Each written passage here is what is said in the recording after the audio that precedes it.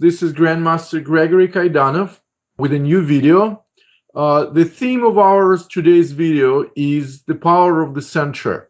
Since you start playing chess, you hear about the importance of the center of the chessboard. Usually those four squares we call the center of the chessboard. However, this is such an abstract concept that many of club players forget about this all the time.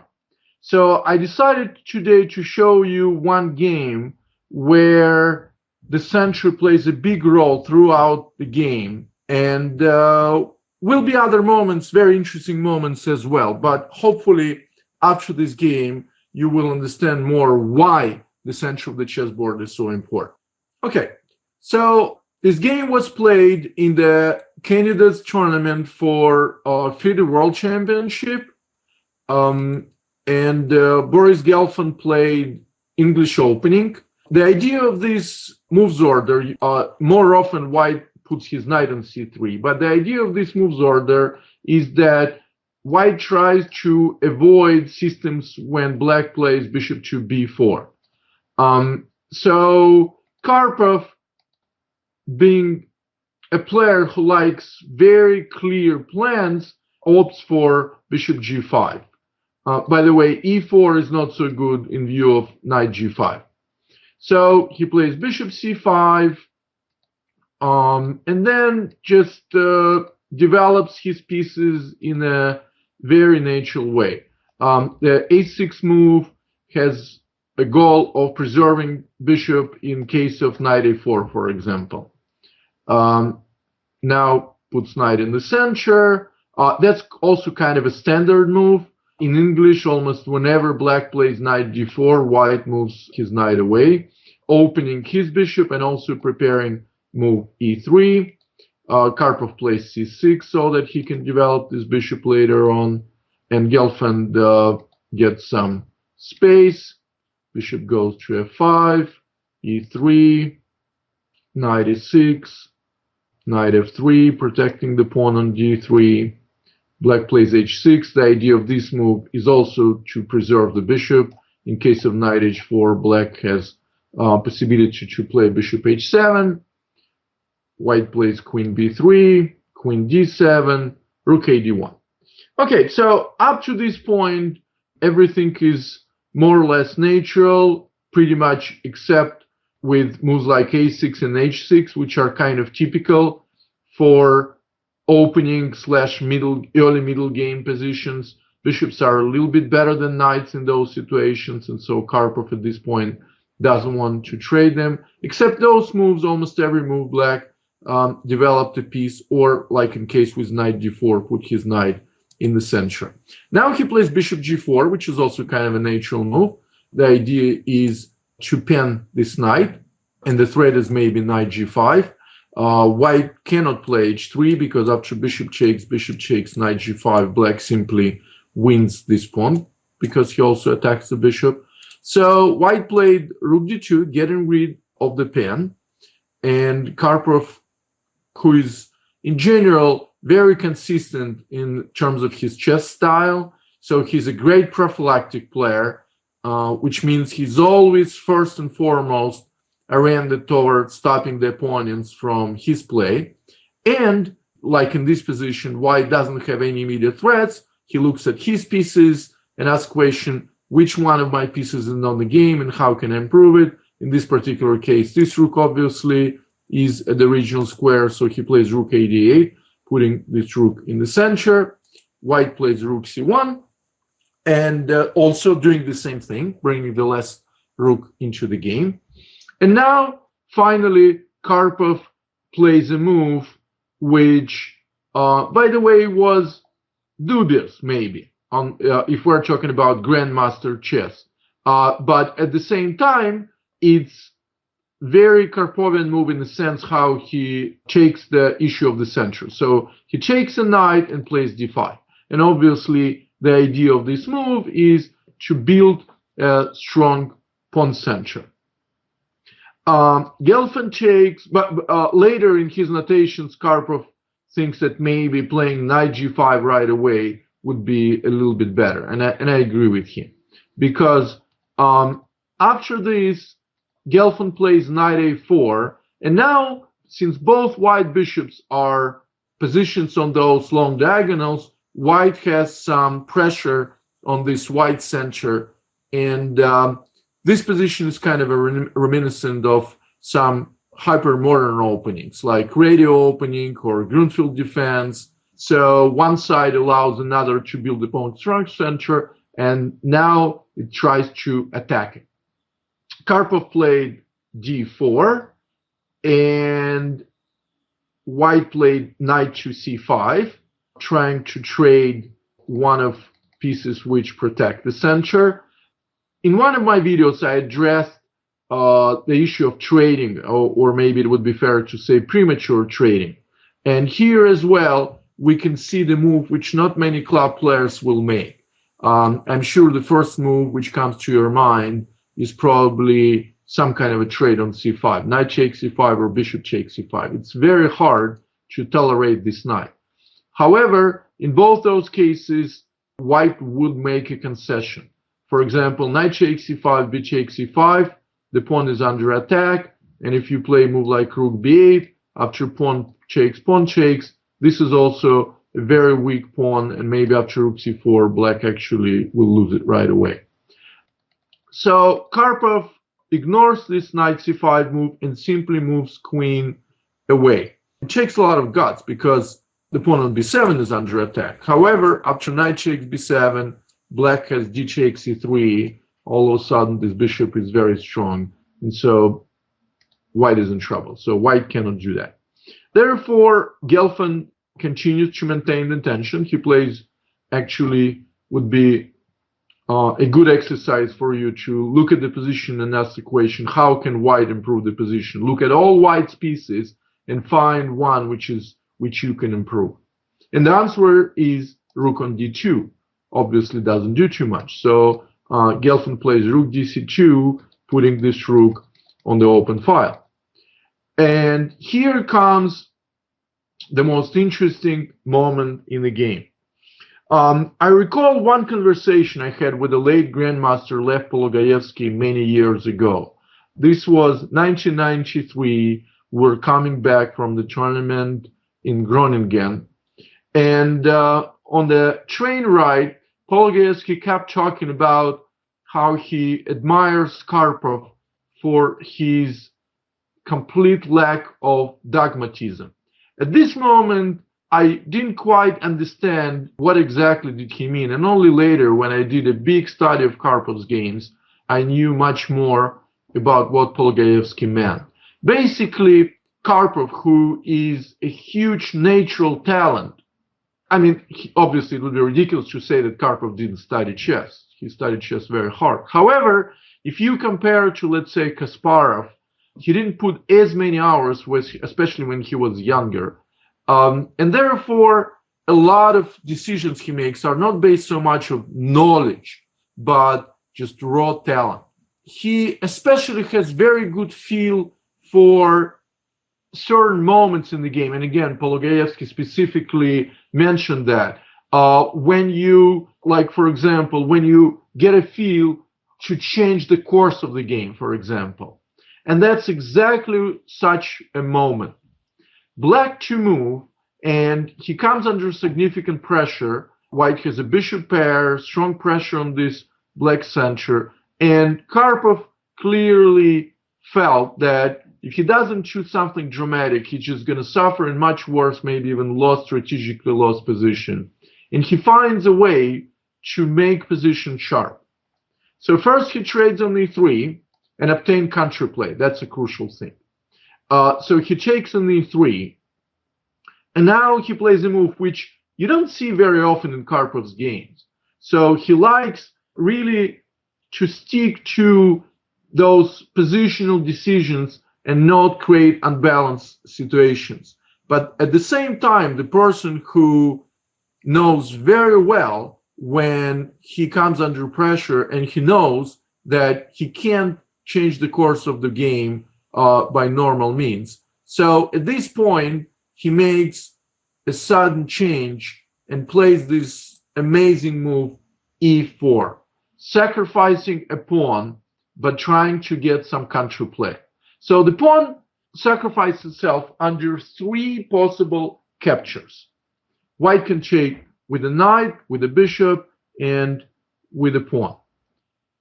And in addition, white probably can check on e6, though this is not probably very testing because it always runs into bishop takes e3 check. So in the game, Gelfand decided first to check on f6, which makes sense because, for example, if bishop takes e4, then Karpov is going to play knight takes e4, d takes e4, and now knight takes e5, b takes e5, queen takes e4. Black has a good game. You can see a bunch of weak pawns for white. Rook d3 is maybe a threat. So Gelfand checks on f6. Now comes another amazing move. Those of you who watch several of my videos see pretty much the same idea repeated again and again. I like to say activity of the pieces is much more important than pawn weaknesses. And here Karpov plays an amazing move, which you definitely wouldn't expect from a positional player. He takes his bishop with a pawn, creating double pawns for himself, but fully understanding that this is not important thing right now. Right now, it's all about this e-file and about the ability to create a counterplay.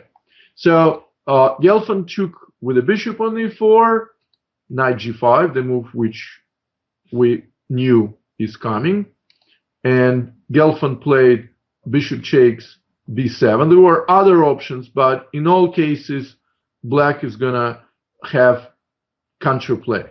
The main black's idea is at some point to play f5. So that's why he needs queen on this e-file. For example, in case of rook c4, black will play b5, rook d4, f5, and white is probably losing because after queen takes on e3 with a check, the rook on c1 will be under attack. So Gelfand plays, going back to the game, Gelfand plays bishop takes b7, and now follows bishop takes c5, b takes c5, queen takes c3 check. The board explodes. So the course of the game is changed dramatically. So we were talking about white having a strong pressure on black center, and we can see now the center disappeared completely, and now it's all about activity of the pieces. White played king h1, rook takes d3, queen c4. After rook c3, pause for a moment and ask yourself a question. Black to move and win. What would you do? How do you win the game? And the answer is queen takes c1. Tactical shot, wins on the spot. So Gelfand played queen c4. Once again, black has a break. Remember Karpov's rule. What is my opponent's threat? No big threats in terms of, pawn on a6 is hanging. But right now, it's all about activity. Material becomes irrelevant. So therefore, how can I improve my position? Which piece is not in the game? This is the only piece which is doing absolutely nothing. Perfect moment to bring this piece in the game. And now, white played rook f1. The next two moves by Karpov are remarkable. I can only speculate whether both opponents were in time trouble, but considering how complex the game was prior to this moment, I think I can safely assume that they were. And again, I can speculate that the next two moves Karpov played purely based on intuition. I don't think he calculated myriads of variations. He just felt that this is how he should play. And after you will see those two moves, I'm sure you will have a smile on your face. So first he plays rook a2 d4, and after queen takes a6, he completes the setup by playing knight to e4. So when you see for those black pieces creating this type of shape, you can't help but smile. At the same time, when I see a bunch of Karpov's games, I feel like he almost sometimes does play chess in terms of shapes. And right now, he builds this very powerful setup in the center of the board where not only all pieces are protecting each other, but they also create this monstrous team which is ready to go after White's king. At this point, White, if he can equalize, he has to do this. I mean, it's difficult. Let's put it this way.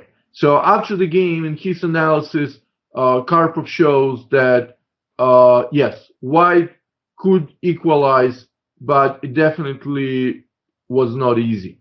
Like, for example, one of lines involves queen sacrifice. White could play queen a8 check, black probably would play rook to d8, and then bishop takes e4, rook takes a8, bishop takes a8, and white has a good chance to build a fortress. That's when actually those weak pawns will play a role. White bishop goes to g2, and with a rook and a bishop for a queen, white has a good chance for a draw. However, in the game, in time trouble, to find variation like this is not easy. So Gelfand instinctively played a defensive move because there are a bunch of lines where black is going to sacrifice on g3.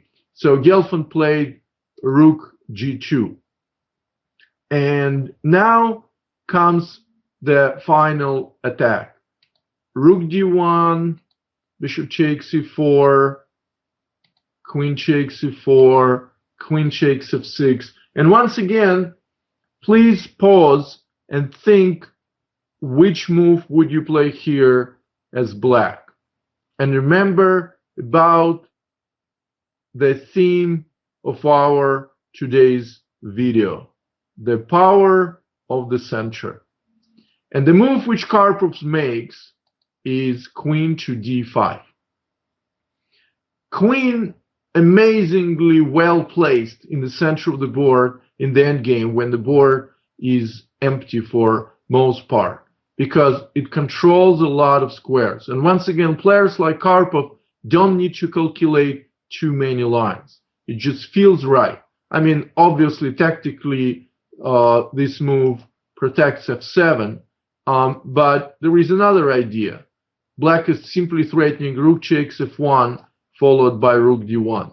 To place queen behind the rook while operating on the open file is one of Karpov's famous methods, famous tools. Many of you probably heard about the expression Alehind's gun, when you put two rooks and a queen behind them on the open file. So one of those devices you can see right now on the board, though in the famous game Alekhine-Nimzovich, where Alekhine did it, the idea of this was to fight for the open file. Here, it's not exactly the idea, but it's still a perfect arrangement.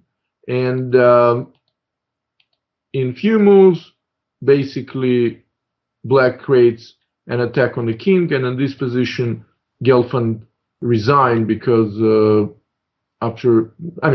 next move is queen d2, rook d2, and the game is over.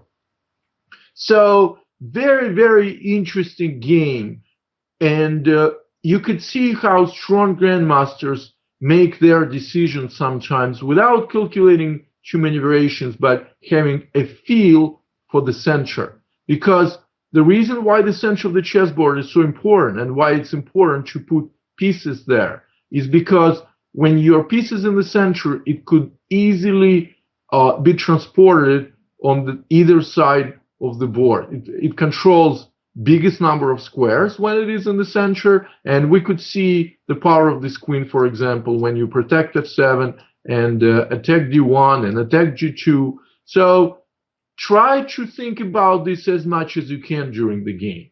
It's a lot of times winning piece in the center is what will help you to win the game. Hopefully you enjoyed this video and learned some things as well. This was Grandmaster Gregory Kaidanov. I'll see you later.